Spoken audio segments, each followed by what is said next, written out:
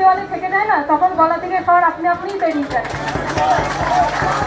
আজকে আজকে আমাদের দেয়ালে পিঠটা সত্যিই থেকে গেছে। প্রতিটি অটোওয়ালা, প্রতিটি অটো চালক কাকু এক একজন এক এক রকম ভাবে কিন্তু একটাই বক্তব্য যে এই আন্দোলন তোমরা জানিও না, এই আন্দোলন তোমরা চালিয়ে যাও। প্রতিদিন মানুষের আজকে মাননীয় ধমকে চমকে জুনিয়র ডাক্তারদেরকে থামিয়ে দিতে পারে, কিন্তু আপামর জনসাধারণকে থামাতে পারবে না, কিছুতেই পারবে না। আমরা তিলোত্তমার আমরা অপসারণ চাই না, আমরা ট্রান্সফার চেয়েছি নাকি? আমরা ট্রান্সফার চেয়েছি নাকি? হ্যাঁ, আপনি বলছেন যে বাচ্চাদের আবদার মেনে নিয়ে, হোয়াট দ্য হেল বাচ্চাদের আবদার মেনে নিয়ে? ওরা বাচ্চা আপনার কাছে আবদার করতে গেছে। যদি কেউ ভুলে গিয়ে থাকেন, রাত্রিবেলা শুয়ে শুধু আর ক্ষতগুলো মনে করবেন। যদি না মনে করতে পারেন, আবার পুরনো টেলিকাস্টগুলো দেখতে থাকুন, পুরনো টেলিকাস্টগুলো দেখুন, তারপর মনে করবেন যে এর যে কালপ্রিট তাদের কি শাস্তি হওয়া উচিত, তার কি শাস্তি হওয়া উচিত। একটা মেয়েকে 34 ঘন্টা ডিউটি করার পর যখন সে ক্লান্ত হয়ে তার রেস্ট নিতে গেছে রেস্ট রুমে, তাকে সকলে মিলে সেখানে তাকে অসহায় অবস্থায় তাকে খুন করা যায়। আমরা চাই না, আমরা চাই প্রকাশ্য রাজপথে এর খুনিগুলোকে বের করা হোক, প্রকাশ্য রাজপথে। মেয়েটির মধ্যে আগুন ছিল, তাই এখনো আমরা জ্বলছি। অন্যান্য দিনের মতো আজও স্বাস্থ্য ভবনের সাধারণ মানুষের ভিড়ে উপড়ে পড়ছিল এই মেয়েটি, যাদবপুরের এক স্টুডেন্ট। বাট এই মেয়েটি এত অসাধারণ কথা বলেছেন যে আপনাকে একবার হলেও ভাবতে বাধ্য করাবে। এই মেয়েটার মধ্যে যে জাগরণ আছে, প্রতিটা ইউথের মধ্যে এই জাগরণটাই দরকার। আমি স্যারেরা অনেক সিনিয়র আমার থেকে, আমি যাদবপুর 2022 পাস আউট। তো খুব ছোট কথাই মানে যেটুকু বলতে চাই শেষ করবো, সেটা হচ্ছে এর আগে মাইক্রোফোনে কখনো সেভাবে কিছু বলিনি, ফলে ভুল ত্রুটি হলে একটু মানিয়ে গুছিয়ে নেবেন। কিন্তু আসল কথা কি জানেন তো, যখন মানুষের পিঠ দেওয়ালে থেকে যায় না, তখন গলা থেকে স্বর আপনি আপনিই বেরিয়ে যায়। আজকে আজকে আমাদের দেয়ালে পিঠটা সত্যিই থেকে গেছে। আর আর আর ফিরে তাকানোর আর কোনো জায়গা নেই, আর আর কোনো ইউটার্নের জায়গা নেই, কোনো ইউটার্নের জায়গা নেই। আজকে এই আন্দোলনের ব্যাকবোন যেমন জুনিয়র ডক্টরসরা, সেরকম এই আন্দোলনের হৃৎপিণ্ড বাংলার সমস্ত মায়েরা, সমস্ত বোনেরা।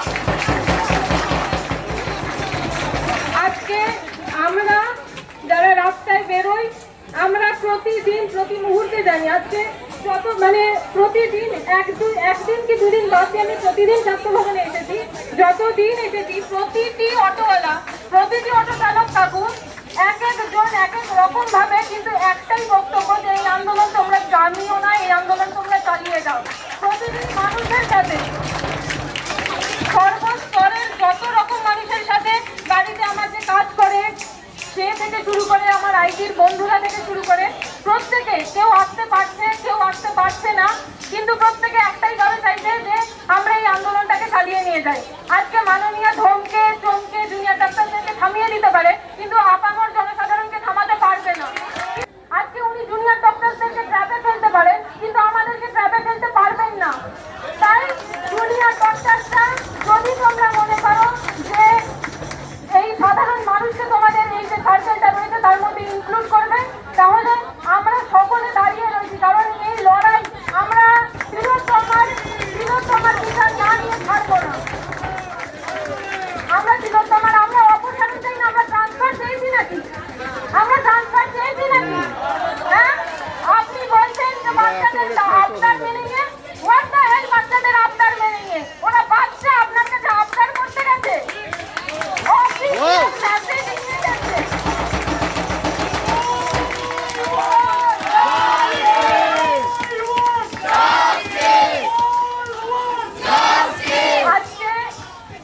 একটাই কথা বলে শেষ করতে চাই যে প্রতি রাতে আমাদের ঘুম হয় না শুধু তিলোত্তমার ক্ষতগুলোকে মনে করে। যদি কেউ ভুলে গিয়ে থাকেন, রাত্রিবেলা শুয়ে শুধু আর ক্ষতগুলো মনে করবেন। যদি না মনে করতে পারেন, আবার পুরনো টেলিকাস্টগুলো দেখতে থাকুন, পুরনো টেলিকাস্টগুলো দেখুন, তারপর মনে করবেন যে এর যে কালপ্রিট তাদের কি শাস্তি হওয়া উচিত, তার কি শাস্তি হওয়া উচিত। আমরা কেউ ফাঁসি চাই না, আমরা চাই প্রকাশ্য রাজপথে। আমরা মেয়ের জাত না, আমরা মায়ের জাত, আমরা ভয় পাই না তো। আমরা ওদের মতো কালপ্রিট নই কি রাতের অন্ধকারে একটা মেয়েকে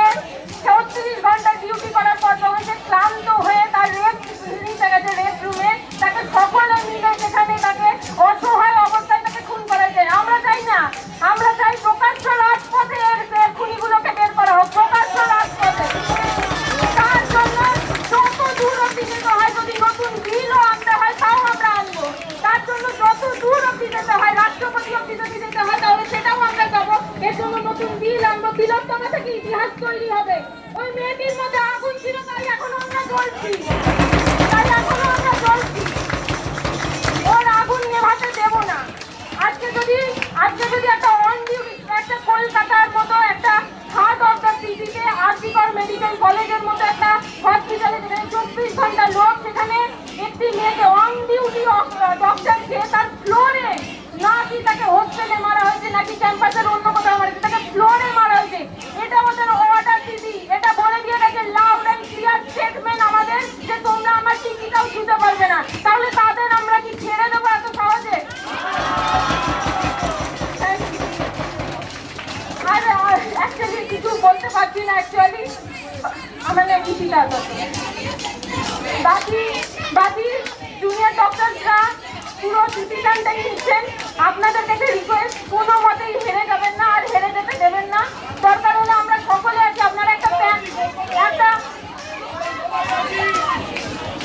প্যান জিবি রাখুন। আপনারা সমাজের সকল স্তরের মানুষকে ডেকে, সেটা জানি খুব একটা সহজ কাজ নয়, সমাজের সকল স্তরের মানুষকে এক জায়গায় ডাকা বা একটা সেটা অ্যাকোমোডেশন করা, দরকার হলে আপনারা সেটা ডাকুন এবং আমরা সেখানে আসি। একটা আলোচনা সভার মাধ্যমে এই আন্দোলনকে আমরা কিভাবে আরো ফার্দার এগিয়ে নিয়ে যেতে পারি সেটা আমরা ঠিক করি। Thank you.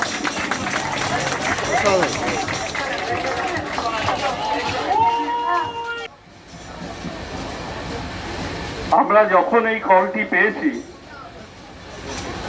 সেই কলটিতে যেমন আমরা 14 তারিখে রাত্রে হাজার হাজার লক্ষ লক্ষ মানুষের একজন হয়ে এসেছিলাম, সেই রকম আজকেও আমরা এসছি, একসাথে পা মিলিয়েছি। আমি এসছি আইআইটি খড়গপুরের একজন প্রাক্তনী হিসাবে আপনাদের কাছে।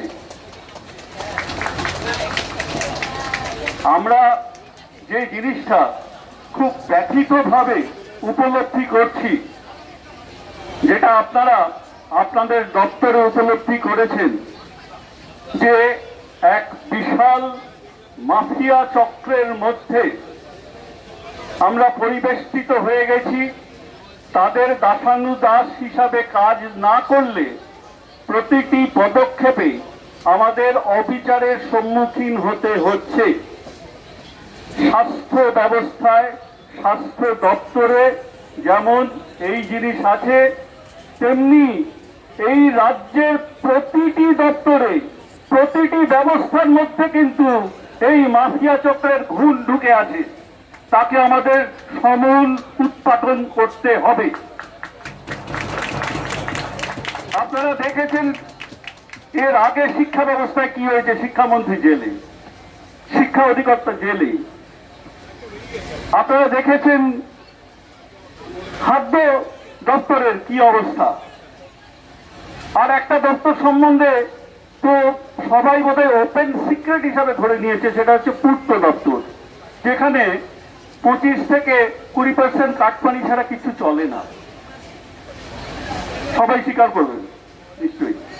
তো এই সমস্ত জায়গায় কিন্তু মাফিয়া চক্র ঢুকে আছে। একে আমাদের নির্মূল করতে হবে। আপনাদের কাছ থেকে আমরা একটা প্রত্যাশা পেয়েছি, একটা উদ্দীপনা পেয়েছি। এই উদ্দীপনাকে আমরা প্রত্যেকটা জায়গায় কাজে লাগাবো। আরেকটা জিনিস বলি, আপনারা আমরা সবাই হচ্ছি সায়েন্টিফিক কমিউনিটির লোক, যাকে আমরা বলি SNT community, science and technology community. আমরা কিন্তু কোন রকম গুজব বা অনুমান বা এসবের বসে কাজ করি না। আমরা কাজ করি কিসে বিশেষে, আমাদের কাছে কতগুলো হাইপোথিসিস তৈরি হয়। সেই হাইপোথিসিস গুলো আমরা বিভিন্ন অপশন আমরা তৈরি করি। তার এগেনস্টে আমরা ডেটা কালেকশন করি, আমরা অবজারভেশন করি, আমরা অ্যানালিসিস করি, তারপর আমরা একটা লজিক্যাল কনক্লুশনে আসি। আমাদের আজকে লজিক্যাল কনক্লুশন কি বলছে, যে যে ঘটনা প্রবাহগুলো ঘটে গেছে, লজিক্যাল কনক্লুশন এই বলছে যে এই যে ঘটনা, বিশেষত আমি বলবো প্রমাণ লোপাটের যে ঘটনা, তার সঙ্গে প্রত্যক্ষভাবে শাসক শ্রেণীর কিছু লোক দায়ী, জড়িত। তা না হলে এটা হয় না। আজকে যারা এখানে সিভিল ইঞ্জিনিয়ার আছে তারা এক বাক্যে স্বীকার করবেন, আমরা একটা ভাঙা দেয়ালের ছবি পাচ্ছি, যেখানে একটা কেবল ঝুলছে, একটা ইলেকট্রিকের বাক্স ঝুলছে, সুইচ বক্স ঝুলছে, লাইট। আমাদের প্রোটোকল আছে, যে সেফটি প্রোটোকল, যে কোন রকম লাইন অপসারণের আগে কোন রকম স্ট্রাকচারে হাত দেওয়া যায় না। এই প্রোটোকল কে ভাঙলো? কে এই প্রোটোকলকে ভাঙতে নির্দেশ দিল?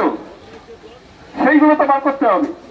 আমরা সিবিআই এর কাছে দাবি করছি তাই, যে যারা যারা এই কাজটা করেছে, ধরুন যে ঠিকাদার করেছে, যে লোকগুলো ওখানে ভাঙতে এসেছিল, তাদেরকে কেন জিজ্ঞাসাবাদ করা হচ্ছে না যে কাদের অর্ডারে তোমরা ভাঙতে এসছো? তোমরা তো জানো যেটা এভাবে ভাঙা যায় না, তবুও তোমাদেরকে বাধ্য করেছে এই জিনিসটা ভাঙতে। সেখান থেকে বেরোবে। আজকে দেখুন, যারা 14ই আগস্টে যে ছেলেগুলো এসে ওই ধরনের ভাঙচুর করলো, এই যে একটা পাবলিক প্রপার্টিকে ডিস্ট্রয় করলো, শুধু যে আপনাদের মঞ্চ ভেঙে দেয়নি, কিন্তু পাবলিক প্রপার্টিকে ডিস্ট্রয় করেছে, সেই যে লোকগুলো, সেই লোকগুলো তো আকাশ থেকে উদয় হয়নি, তাদের তো কেউ ডেকে নিয়ে এসছে। কে তাদের ডেকে নিয়ে এসছে? সেই লোকগুলোকে কেন সিবিআই ডেকে এনে জিজ্ঞাসাবাদ করছে না? তো আমাদের সিবিআই এর কাছে এই জিনিসগুলোকে নিয়ে, এই দাবিগুলোকে নিয়ে সোচ্চার হতে হবে, যাতে সিবিআই প্রোঅ্যাক্টিভ হয়। নয়তো হয়তো দেখবেন, যেরকম কানাগলির মধ্যে আমরা জানি কিভাবে তদন্ত আস্তে আস্তে আস্তে আস্তে তদন্তকে সাপ্রেস করে দেওয়া হয়, নানান রকম লোভনীয় ব্যাপারের মধ্য দিয়ে তদন্তকে সাপ্রেস করে দেওয়া হয়, সেই বিষয়গুলো এখানেও আসবে। সুতরাং আমরা ব্যাচটা মাথায় দিতে পারলাম না, আমি জানতাম না, কিন্তু আমি ডে 1 থেকে আপনাদের পাশে আছি।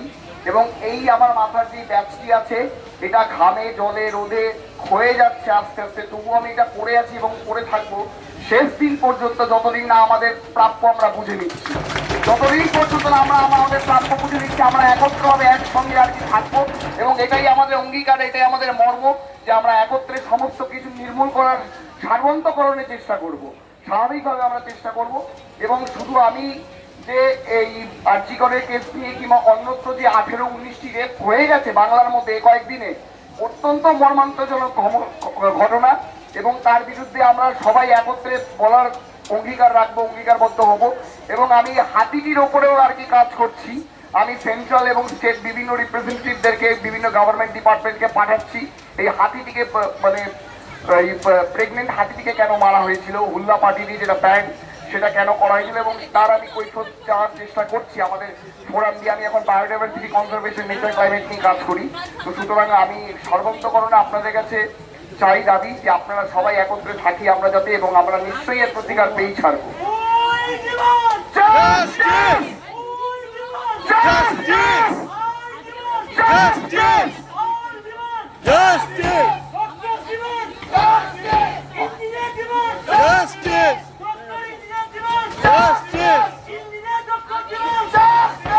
আচ্ছা, আমাদের এটা শেষ করার আগে আমাদের সঙ্গে আমার একটি ছোট্ট বোন আছে, যে বেশি না 23-24 বছর আগে পাস করে গেছে, ইঞ্জিনিয়ারিং হয়ে গেছে। হ্যাঁ, আমার সাথে একটু তোমাদের সাথে কিছু বলবে।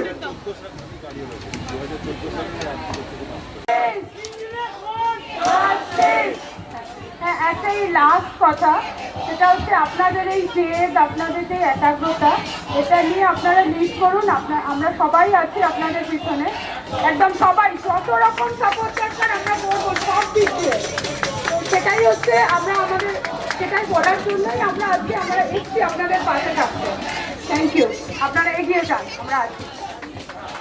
এটি জুনিয়র ডাক্তারদের পরিচালিত অভয়া ক্লিনিক, যেখানে প্রতিনিয়ত বিভিন্ন রকম পেশেন্ট এসে তাদের ট্রিটমেন্ট নিচ্ছেন। আপনাদের অসংখ্য ধন্যবাদ এই পরিষেবা দেওয়ার জন্য, যাতে সাধারণ মানুষ এই পরিষেবা পায়। কিন্তু আমরা জাতি কি? আমরা জাতিকে ভয় পাই কি? মানে কারা ভয় পায়? আমরা লড়াইকে স্লোগান দিই, আমরা বলে থাকি, আমরা ভয় পাই না। চটি নিয়ে চটি বল, তাই সত্যি ঘটে না চলে চলে, চটি মারো চলে চলে, সত্যি ঘটে না চলে চলে, চটি মারো চলে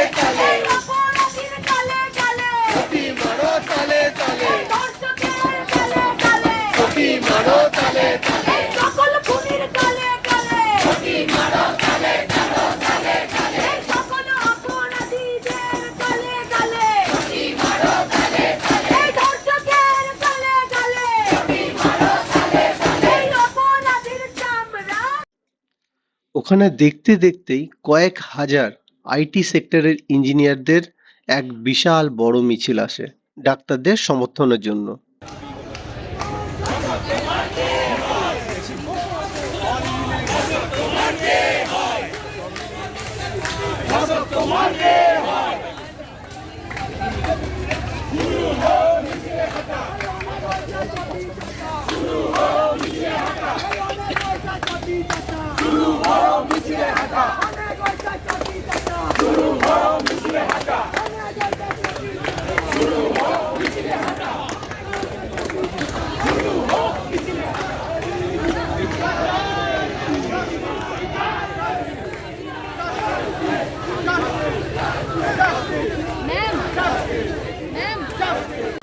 Justice for Arjigor!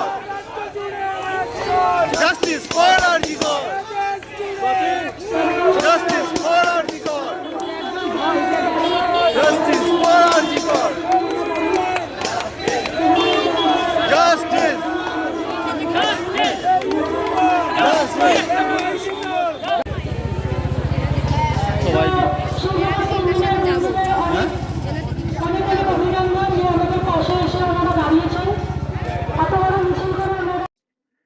বিভিন্ন জায়গায় স্লোগানের উৎসবে যেন মানুষ মেতে উঠেছে।